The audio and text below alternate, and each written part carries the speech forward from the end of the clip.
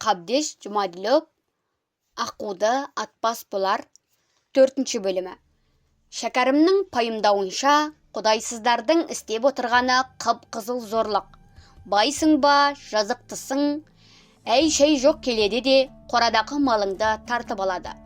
Тақ бір сол малды сенімен бірге жиысқан адам секілді. Екі әйелің бар ма, біреуін тағы тартып әкетеді. Бейне қалың малың бірге төлеген кісі секілді. Ақсақалсың ба, бейсің бе, ол да қылмысқа жатады. Салт санасы бөлек ел болғаның үшін, ғасырлар бойы осы елді басқарғаның үшін бай мен кедейді теңестіреміз дейді. Бірақ анық емес. Кедейдің байдың деңгейіне жеткізе ме, жоқ әлде жұрттың бәрін кедейге теңеп қайыршыға айналдыра ма? Жарайды. Байлардың мал-мүлкін тәркіледі. Өздерін атты, асты, абақтыға жапты, жер аударды. Бірақ сол тартып алған мал қайда? 4 түлік малды қызыл қырмен етіп қыратындай ол жануарлардың не жазығы бар? Малды қанталапайға салып, бөліп алған жарлы Жақыбай неге дүр етіп байып кетпейді? Сенесіз бе, Кәмпескеге дейін осы Шыңғыстауда 2,5 миллионға жуық қой, 100 мыңнан асатын жылқы мен сиыр болған екен. Қайда кетті сол малдың бәрі? Бұдан кейін бұл елдің тұрғындары ас ішпей ме, тамақ жемей ме? Тіршілігі 4 түлік малға қарап тұрған қазақ ұлты қалай күн көреді? Оған Голошекин мен Қарасар топтың қайтаратын жауабы қысқа. Жергілікті жұрт күн көрмесе қойсын, қазақ өлмесе өмірем қапсын.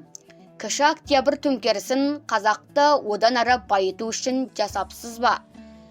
Шынтуайтқанда келгенде ол төңкеріс асау қазақты атынан айырып жуасыту үшін, көзі ашық оқыған зиялылардың көзін құртып, қазақ даласын қазақтан тазарту үшін жасалған. Алдағы уақытта ұлы орыс әулетіне кең қоныс, өмірлік өріс керек. Қазақтың байлары, билері бастауғалап шетелге кетіп жатыр. Кете берсін, социалистік қоғамға олардың көк тиынға керегі жоқ. Олардың орнына әбден үрейі ұшқан, есі ауысқан, не айтсаң да көне беретін тексіз мисыз тобыр қалса жетіп жатыр. Осылайша қоғамның сан түрлі құбылыстарын ой санасынан қайта өткізіп, бірақ қаумалаған көп сұраққа тоқ етер нақты жауап таппай сансырап отырған шақ еді. Көктемнің ұзақ күні ұясына еніп, амарт үйіріле берген кезде Саятқораға үш салтатты келіп түсті. Екеуін жақсы таниды. Заманның тыныш кезінде талай жолыққан бүркіт салып, аң қарап жүргенде жолдары талай түйіскен мына Керей ішіндегі Айдынкөл, Шалқар деген ағайынды жігіттер. Шұбартаудан шу шығарып халықты үкіметке қарсы көтеріп жүргенде Керейдің осы қос бөрісі. Үшіншісі ат қосшы болар, көбінше сыртта қалып, күзет қызметін атқарып жүр. Шәкәрім басында тіксініп қалып еді, бірақ жігіттердің түсі жылы екен. Қажыны алма кезек құшақтап, шырқырай амандасты. Өздері де қажыдан қауіп күтпейтін секілді. Іштерінен асынған шолақ мылтықтары бар екен. Оларын қазыққа іліп, жайбырақат жайғасып жатыр. Өздері таяу маңнан шыққан секілді. Бүгін бір семіз жылқы шыққан ба? Қалай соның біраз жылы жұмсағын ала келген екен. Атқосшы жігіт қаптағы еттің жарым-жартысын қазанға салып, ас қамына кірісіп кетті. Жорықта көп жүріп, дала қосына қонып үйренген адамдардың әдетінше қимылдарына көз ілеспейді. Қажы қонақтарына енді ғана түстеп қарады. Екеуі де 40-тың ішіне енді ілінген апайтөс азаматтар. Бұлар ел ішіне ашаршылық ілінгелі, алыс жолықтан жылқа келіп, өз ауылдарын асырап тұр деп естіген. Барымта-сарымтадан да бойы тарта қоймайтын қара сойыл қарулы жігіттердің осындай ел басына күн туғанда жарқ етіп көзге түсетін әдеті ғой. Арқада ашаршылық басталып, үрку босу, белең алғалы ағайынды жігіттер еліне қорған болып, жасындай жарқылдап жүрген кез еді. Қажаға, бір Аллаға сыйынып, аман сау отырсың ба? Ауыл аймақ, ел жұртыңыз тегіс аман ба? Деді. Ұзын бойлы, кең иықты, қияқ мұрты мен қызыл қоңыр шоқша сақалы аққұба жүзіне құп жарасқан Айдынкөл жайғасып отырған соң, енді жөн сұрауға кірісіп.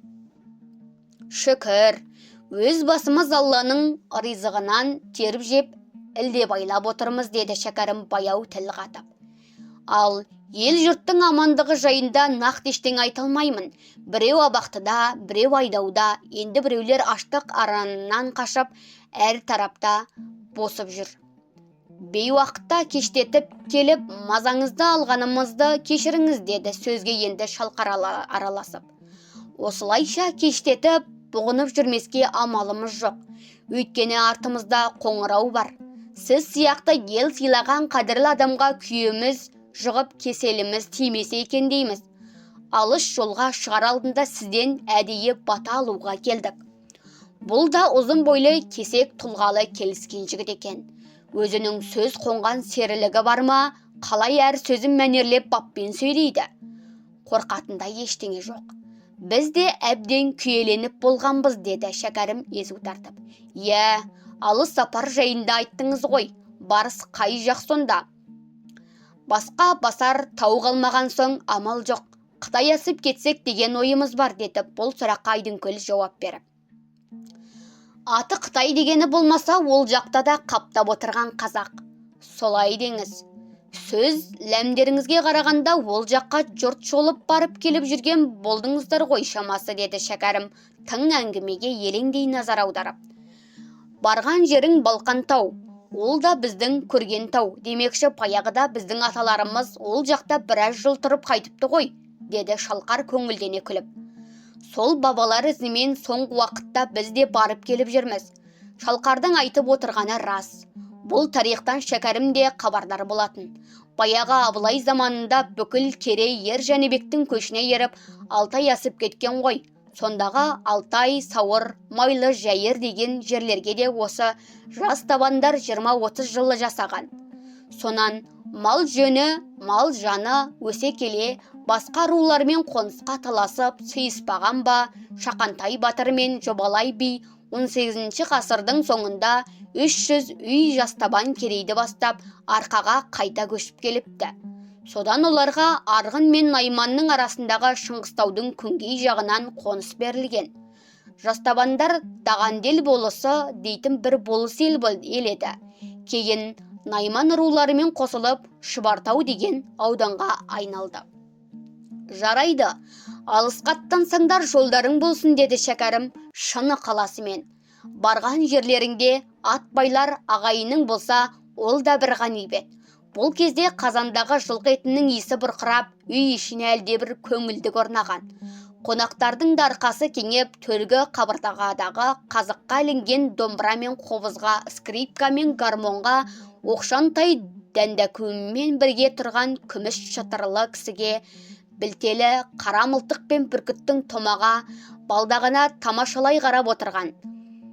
Ал сөредегі қаз қатар тізілген кітаптарға жай көз қырын салды да қойды. Айтпақшы қажаға Қарашегір көрінбейді ғой, біреуге бердіңіз бе, деді өзі де құсбегі Шалқар босағада бос тұрған тұғырға көзі түсіп. Қарашегірге бостандық бердім. Бостандық бергені қалай? Шалқар түсінбей аңтарыла қараған. Аяқбауын қиып алып, томағасын сыпырдым да, шақпақтың бір биігіне шығып тұрып, қош айтып шырып жібердім. Ой пірая, мынауыңыз ғажап болған екен. Құс қадірін білмейтін қайдағы біреуге қор қылғанша қыранды көгілдір аспаннан қайта қауыштырғаныңыз дұрыс-ақ болған, десіп ағайынды құсбегілер дыбырласып қалды. Қарашегір сол беті кете барды ма, әлде сізге қайта айналып соқты ма, деді Шалқар әлі де алғашқы әсерден айыға алмай. Қыран қайта айналып соқпады. Қарашегір ұядан алған үй күшік балапан емес, түз құс еді ғой. Сірә өзінің тағылық дағдысын тез таптау деймін, деді шәкәрім сағынышқа толы мұңды бір сезіммен. Бәрін бірін-бірі бұрыннан білетін сыралғы құсбегілер қыран туралы әңгімені жеріне жеткізіп, бір белді асырып тастады да бүгінгі күннің тақырыбына көшті. Сонымен алыс сапарға бет алыпсыңдар, жеке өздерің ғана емес, ел көшіріп жатқан көрінерсіңдер. Сонда аудандағы жұрттың еркін көшіп шығуына үкімет рұқсатын беріп отыр ма, деді қажарадағы әңгімені тың арнаға бұрып. Қайдағы рұқсат, ондай кеңшілік болмайды ғой бұл үкіметке. Қазақты аштан қыруға бар, Ал өздігінен кәсіп қылып жан сақтауға жол жоқ, деді қызу қанды шалқар ағасының алдына түсіп. ГПУ дейме, комсомол дейме, құдайсыздар ұйымы дейме, күндіз түні күзет, өздері және шетінен дүние қоңыз парақор. Көшетін жұрт солардың әр қайсына бірдеңе беріп, түн жамылып шығып жатыр. Ал қолға түсіп қалсаң аямайды. Бандыны қолға түсірдік деп дүниеге жар салады. Ал Шұбартау керейлері көтеріліске шығып, аудан орталығы Баршатасты басып алыпты десіп жүр ғой. Бұл не әңгіме, деді Шәкәрім ел жаңалығына елеңдей ынта қойып. Ой қажаға, сіз ол сөзге сенбеңіз, деді енді Айдынкөл кезек алып. Ашынған халық аштыққа шыдамай, аудандағы салықтан жиналған азық-түлік қоймасын басып алған. Көтеріліс деп дабырайтып жүргені сол. Кім білген, астықта етте елден тартып алған қарын май мен қап-қап құртта сонда екен. Несін айтасың? Аш аламым, жұрт кәні болды деп қалды. Бұрын жергілікті қалақ аштан қырылып жатқанда жаңағы азық-түліктің бәрін аягөздеп пойызға тиеп Ресейге жөнелтіп отырған ғой. Ал ашынған жұртты банды деп, азық-түлікке таласқан жанжалды көтеріліс деп дабырайтқаннан бұл үкіметке не түседі? Соны айтыңдаршы. Әр ауданнан бандының шыққаны, ереуіл жанжалдың болғаны ең алдымен ГПУ қызметкеріне керек, деді Шалқар қызуланып. Олар өздерінің қателігін, солақай саясаттың құрбандарын бандыға жапқысы келеді. Ертең сол бандыны жаныштаған, қаптаған, жауды жеңген ГПУ-дың басшылары қаһарман атанады. Енді түсіндіңіз бе? Мыналары сұмдық екен, деді қажаға жағасын ұстап. Ал Баршатасты адамға адам шығыны болды ма? Қақтығыс болған соң шығынсыз бола ма? 10 шақты адам оққа ұшты, деді Айдынкөл. Күніне жүздеп мыңдап аштан қырылып жатқан, оққа ұшқан 10 адамды шығын деп елегеніміз жоқ. Ең қиыны халықта мылтық жоқ қой. Бар қаруы сойыл мен шоқпар. Бар тапқан олжамыз қарағандылықтарды қуып тастадық. Ол қайдан жүрген адамдар? Бұрын байқамаппыз. Аудандағы ГПУ басшысы да, аудандық комсомол хатшысы да, құдайсыздар ұйымының жетекшісі де түгел Қарағандыдан келіпті. Соларды көгала қойдай ғып сабап, аудан шегінен асырып тастадық, деді Айдынкөл күле тіл қатып. Бұл қарағандылық арғындар жетілген жұрт болды ғой, деді Шәкәрім белуарына түскен мол сақалым тулата кеңкілдей күліп.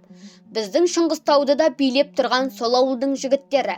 Естуіміз бар, әсіресе Қарасартоп дегеннің қылышынан қан тамып тұр деседі ғой. Бұл кезде ошақтағы қазанда түсіріліп, алдарына бір астау ет келген. Қош иісі аңқыған жылқының жас еті. Өткір пышақтар, қазы мен қартаны, жал мен жаяны қиялай кесіп жатыр.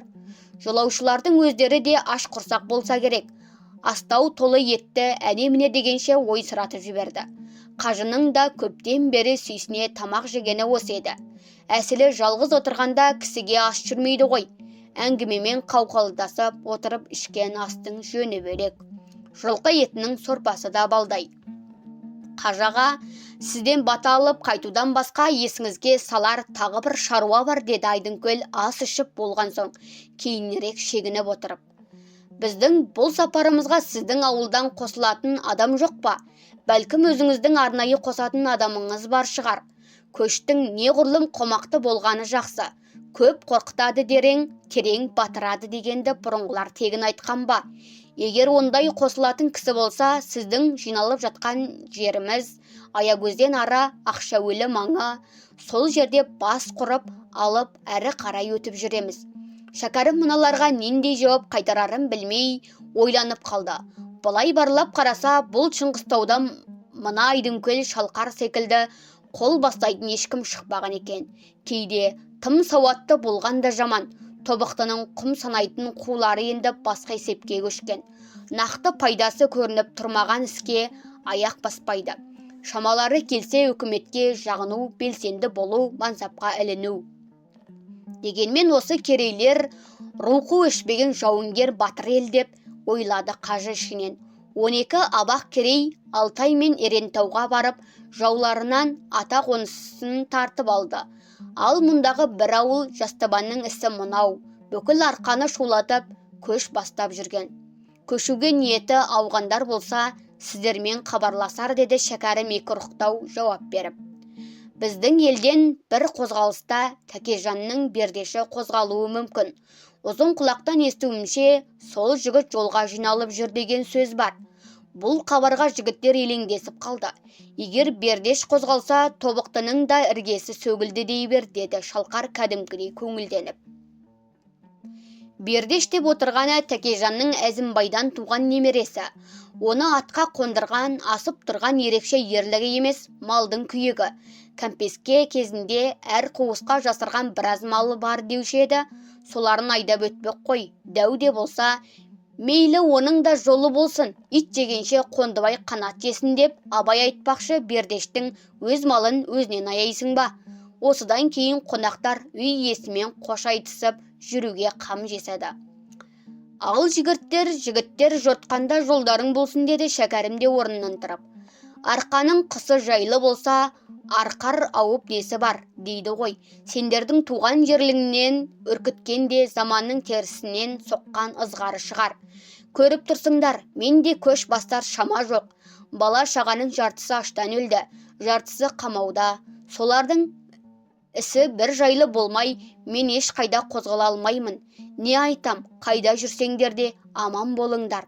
Өзіңіз де аман тұрыңыз қажеке. Жаратушы ем сізге күш қуат берсін, деп ағайынды жігіттер қажыны алма кезек құшақтады да, сонан соң қаруларын асынып жылдам шығып кетті. О, жасаған, бұл дүние не болып барады, деп толғанды қажы қонақтар аттанып кеткен соң. Тор жорғадай толықсыған ел едік, не болды ақыры? Қайран ел, осылай көрінгенге жем болып тоз болып кеткенің бе? Әне күнгі Сыбан Ақбердінің әңгімесі анау. Бүгінгі керей жігіттерінің беталысы мынау. Сонда бұл қазаққа жалпағынан келген апат болды ғой. Баяғы ақтабан шұбырынды мынаның қасында ойыншық болып жүрмесін. 5 тарау. Алла тағала құдайсыздарға күнімді қаратпасын. Аласапыраннан аулақ, бүлінгеннен дүниеден бөлек кетейін деп, қанша тырысқанымен Шәкәрім қажы заманының тереңге тартқан шұңғыма ерімінен бәрібір құтыла алмады. Қаупың неден болса, ажалың содан дегенді бұрынғылар тегін айтқан ба? Құдай басқа салмасын деп жүрген басқындық, қашқындық бір күні қажының өз отбасына да келіп жетті. Қажының әулетінде әзірше басына жүген ноқта киілмей, аман сау жүрген адам кенжесі Зият еді ғой. Міне ойламаған жерден басына іс түскен сол Зият та бір күні кешкі апақ сабақта Саят Құраға келіп тұр. Қасында өзі құралпы жолдасы бар. Астарына мінген қаланың қақпыш аттары болдырып әрең жетіпті. Шәкәрім көптен көрмеген баласының келгені есі шыға қуана тұра. Мына жүрісінің тым бекер емесін ойлап, зәтте болған жүрегі зырқ ете қалды. Зият көптен бері қалада болатын. Семейде педтехникумды бітірген соң, сол оқу орнында мұғалім болып қалғанды. Бөлініп жатқан ауылға бір талайдан бері ат ізін салмай, қаладағы сан сапалақ көп халықтың арасында бой тасалап жүретінді. Зияттың мына суыт жүрісіне кірпігі қатқан жүдеу жүзіне қарағанда, оған қаланың да жайлы қоныс болмағаны ғой. Жөн сұраса келгенде, расында да солай болып шықты. Үйге кіріп, бел шешіп жайғасқан соң, әр қайсысы қала мен даланың жаңалығын кезектесе ортаға салған. Екі жақта да көңіл көншірек ештеңе жоқ екен. Семей қаласында да аранын ашқан ашаршылық көрінеді. Тіпті қалада ауылдық жерден де қиын болса керек. Қу тамақтың қамымен жан жақтап құйылып жатқан босқындар. Көшеде қалқайып кетіп бара жатқан адамның кенет құлап түскенін бірақ көресің. Түні бойы жан тәсілім еткен өліктерді күні бойы жерлеп үлгере алмайды екен. Оның үстіне Семейде репрессия өршіп тұрған көрінеді. Қанша айтқанмен Семей Алаш Орданың орталығы болған қала ғой. Сол кезде Алаш партиясына мүше болған кімдер? Не болмаса, Алашқа бүйрегі бұрып, қол ұшын бергендер бар ма? Гпу қазір солардың өз ізіне шамалып түсіп қуғындап жатса керек. Бұл күнде алаш қайраткерінің көпшілігі түрмеде. Алды өлім жазасына кесіліп атылып жатыр. Семейден Райымжан Марсейков бастаған бір тобы ғана Қытай асып ұстатпай кеткен. Алаш үкіметі Семейде 2 жылдай билік құрғанда Зият небәрі 15-тегі бала ғой. Бірақ әкесі мен ағалары Алаш партиясына мүше болған. Әкесі Шәкәрім қажы Алаштың облыстық сотына төрағалық міндет атқарған. Өзі Құнанбайдай шонжардың тұқымы. Ендеше Зият неге жазасыз қалуы керек? Анығын айтқанда кімнің кім болғанын басына түгендеп тектеп жүрген орыс жоқ. Осының бәрін шұқылап орыс ұлықтарына көзеп берген, беріп жүрген сол баяғы қазақ белсенділері. Зият та соңынан аңду түсіп, тергеуге шақырылып, ұзамай ұсталатын сыңайы сезілген соң бас сауғалап қырға шыққан бет екен. Аудан орталығы қарауылға соқса бірден қақпанға түсетіні белгілі. Содан Саят қорадағы әкесіне тура тартқан. Қажы Зияттан Семейде түрмеде жатқан баласы Ақаттың жағдайын сұрап еді, оның жауабы қысқа болды. Ақатпен былтыр күзде бір-ақ рет жолықтым. 1 айдан кейін барсам басқа лагерге ауыстырып жіберіпті. Қанша өтініп сұрасам да мекен жайын айтпайды, деді Зият. Қайда жүрсе де аман болсын. Үстіне кебін емес, кебенек киіп кетті ғой. Түбінде бір оралар деп қажы көкірегін қар сайыра күрсінді. Сөз ләміне қарағанда Зият Семейден бір өзі ғана шықпаған секілді. Қасында серік болатын біраз жастар бар. Шыңғыстау елінен сытылып шыққан бір қауым жұрт Арқат тауының шатқалдарында бекініп жатыр екен. Жол жөнекей соларға соғып 2-3 күн аялдапты.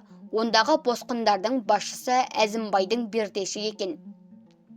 Түпкі ойлары содан ары Барқытбелді бөктерлеп, Қытай асып кетпек.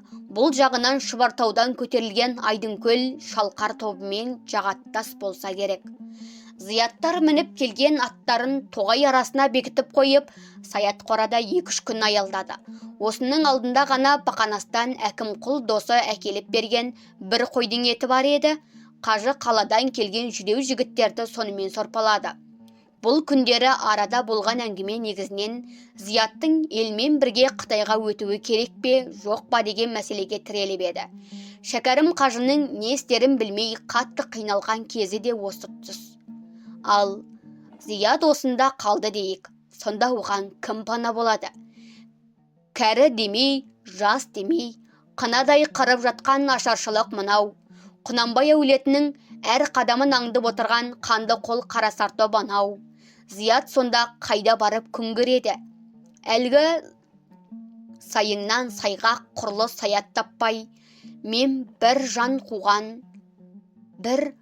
қуғын көрген арқадағы дегенді Мәди Байқұс осындайда айтқан екен ау. Қайда барсаң Қорқыттың көрі, мұндайда уақытша болса да Қытай асып, бой тасалағаннан дұрыс жоқ ау сірә. Заман бұл қалпында тұрмас, дүние түзеліп жатса, бір күні барған ізімен қайтып келер. Шәкәрім баласының жұртпен бірге Қытай асып кетуіне ақыра келісті. Оған мынадай 2 түрлі себеп барды. Бірінші себеп, өз кіндігінен біреуде болса тұқым қалдыру. Мына Голощекин бастаған Қарасартоптар қостаған құдайсыздарға сенім жоқ.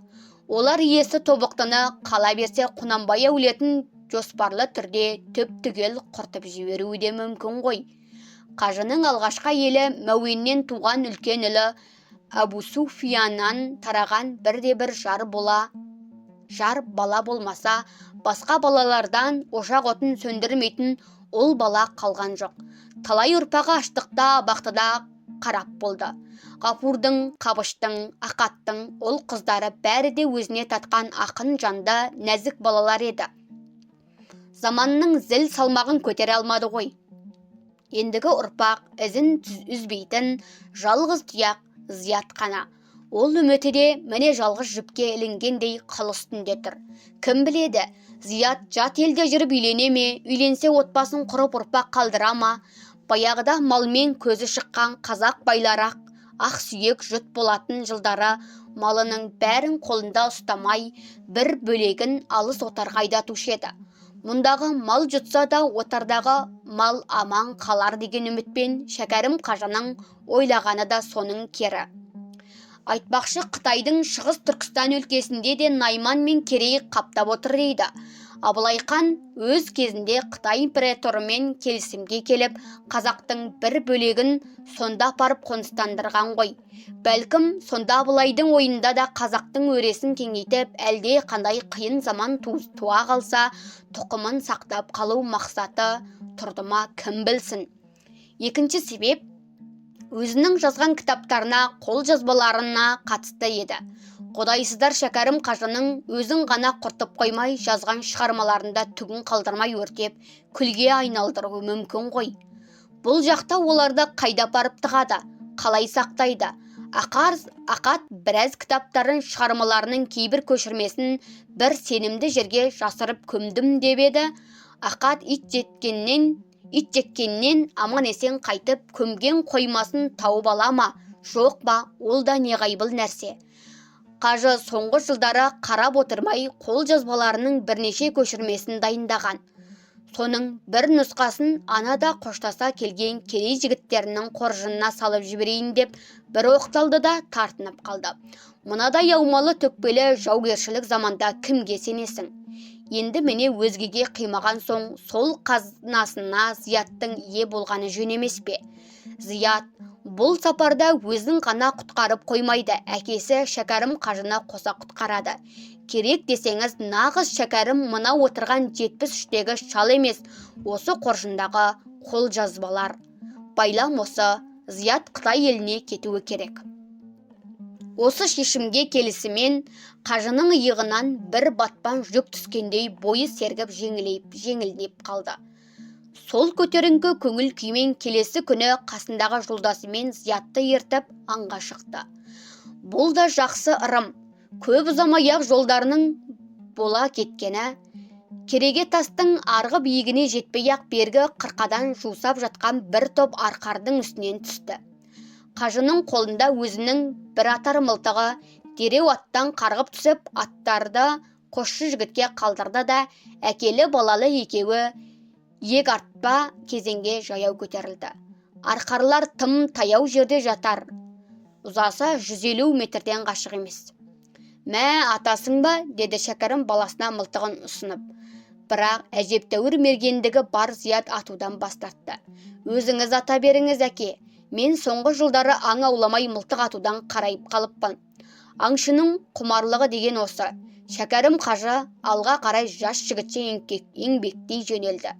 Сол талай сынақтан өткен ежелгі тәсіл ең алдымен сезік алып үрке жөнелген топтар қардың алдыңғы жолбасшысын тартып жіберген. Алдыңғысы құлап түскен соң арқарлар жалт бұрылып кері қашты. Сол сәтте мылтығын оқтап үлгерген қажы енді топ бастаған екіншісін қалпақтай түсірді. Міне кесек олжа, жол болды деген осы. Шәкәрім мұны жақсы ырымға жорып қатты масаттанды. «Иншалла, жолың болады екен балам. Көптен бері бір жолда қос арқар жыққаным осы», деді Зиятты құшақтап.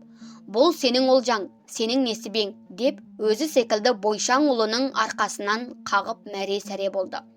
«Жоқ әке, бұл сіздің өнеріңіз», деді Зият әке құшағынан шыға беріп. «Көзіңіз әлі де қиядағыны шалады екен, мергендігіңізден жазбапсыз. Мен соған қуанып тұрмын». «Сол бұрынғы машық қой, әйтпесе 70-тегі шалда қай бір мергенді қалды дейсің», деп қажы жуып шайған болды. Әйткенмен бүгінгі олжасына өзі де мұртын сылап масаттанып тұр еді. Қаладан арып-ашып жүдеп келген жігіттер бір-екі күн арқардың майлы қурдағына тойып әжептәуір әл жинап алды. Екінші арқардың етін де боршалап, бұзып, жаймалап, тұздап, қақтап, кептіріп қойған. Аттанарда оны да қоржындарына салып берді. Ертеңінде қоштасатын сәтте жақындап еді, Саят қорада бұдан артық қалуға болмайды. 2 күннің бірінде Күпудың тыңшылары тімтініп келіп жүреді. «Кімдерің бар ма? Қазір тобықтының іске татитын серкерлері жер аударылды. Ұрлық істемейтін ар ұяты барлары аштан өлді. Тірі қалғандары белсендіге не тыңшыға айналған. Айырылысар сәт әкелі балалы екеуіне де оңай болған жоқ. Ертең-ақ бет көрсеміз дейтін ауыл арасы емес. Зият тым алысқа кетіп барады. Бұдан кейін жолығудың жоқ екенін екеуі де сезіп тұр. Мұндайда жұбанарлық сөз табудың өзі қиын екен ғой. Әйтсе де үлкен пышақ ұялғанынан өтеді дегендей, асыл сүйек шәкәрім қайғыдан бордай егіліп тұрса да сыр бермей, ал балам, жортқанда жолың болсын, жолдасың қызыр болсын. Жат жерде жалғызбын деп жасыма, Абайдың немересі шәкәрімнің ұлымын десең, исі қазақ түгел біледі. Алла тағала аман көрісуге жазсын. Бір әкең мұнда қалғанымен, тағы бір әкең қоржыныңда кетіп барады. Соған ие бол деді. Қайрат бергісі келгендей баласының арқасынан қағып. Дәл аттанарда ұлының алдына ер тұрманымен қарагер атты көлденең тартқан. Әке, мұныңыз не деді? Зият аң-таң қалып. Өзіңіздің жалғыз керегіңізді маған мінгізгеніңіз қалай? Жоқ балам, сен алыс жолға кетіп барасың. Мен болса мұндағы адаммын. Қарагер қашсаң құтқарады, қусаң жеткізеді. Алыс жолға сенімді ат керек. Көзімдей көріп, осы атты мініп жүр деді қарагердің шылбыр тізгінін қолына ұстатып. Ақын жанды, нәзік көңілді, Зиятта бордай егіліп тұрған. Ол жанарынан жас парлап, әке құшағына әлсін-әлсін әлі ене берді. Қош бол әке, бір үйдің адамдары бұлайша тоз-тозымыз шығып, әр жаққа пытырап кетеміз деп кім ойлаған? Құдайсыздар әкелген бұл зауалда ұзаққа бармас. Әділ Құдай бар болса, осы қорлық олардың өз бастарына да келер, деді солқылдап жылап тұрып. Шәкәрім қажы баласының қолтығынан алып өз аттандырды. Зиятты енді қайтып көре алмасын біліп тұр. Бірақ ол баласы бұл жолы тұзаққа түспей құтылғанымен НКВД-ның ұзын құрығы енді. Енді 7 жылдан кейін Зиятты құтқармай қуып жетерім болжаған жоқ еді.